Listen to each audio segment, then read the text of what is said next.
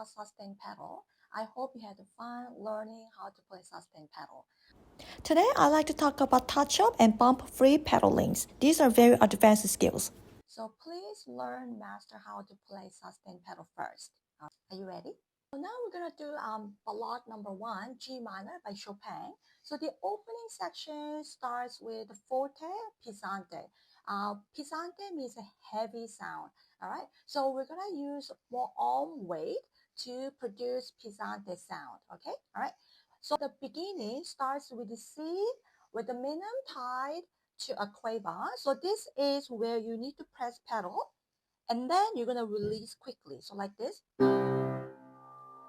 And then release after E flat.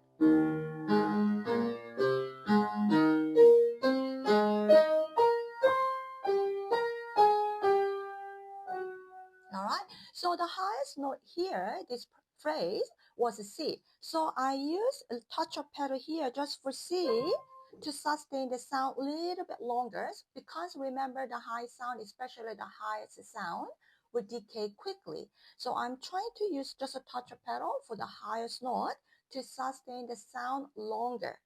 And just a little bit touch-up pedal on C, right? And again. Alright, little bit touch-up pedal on A, because the A is the highest note of that measure, right?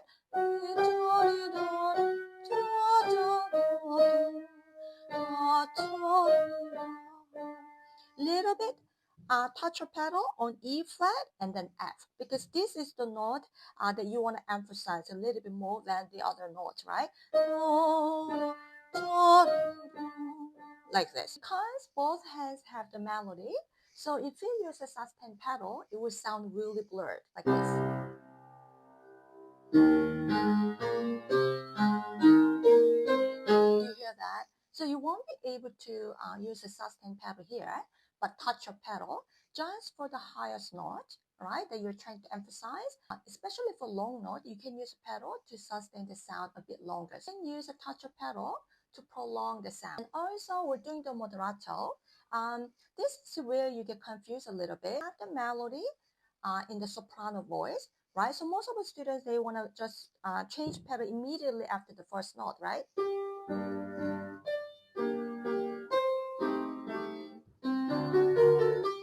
If you do that, it will sound a little bit bumpy. If you change it right after the first note, so release after the next note, and then press pedal when you play the next note, like this. Not right after the first note. That you see that it sounds bumpy and heavy.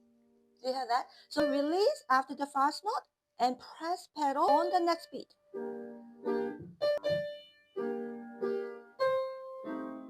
So way you can connect the sound smoother, and it will sound very clear without the bumps.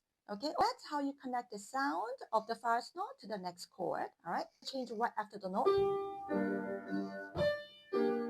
You hear the bumps of the sound, so you have to wait a little longer until you play the next chord. So like this.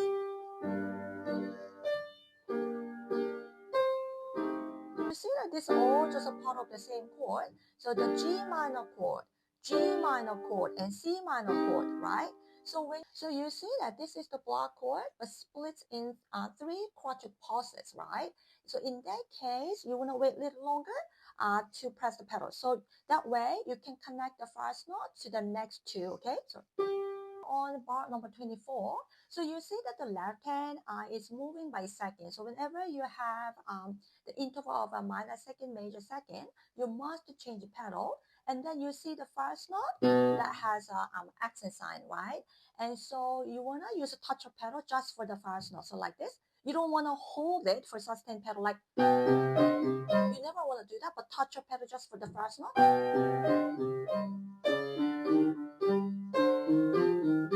And then here for the grace note, you have to wait until you finish with the grace note.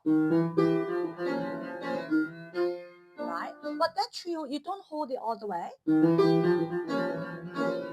You don't hold it all the way, but just a touch of pedal, so like this. So you have to wait until you play with the grace note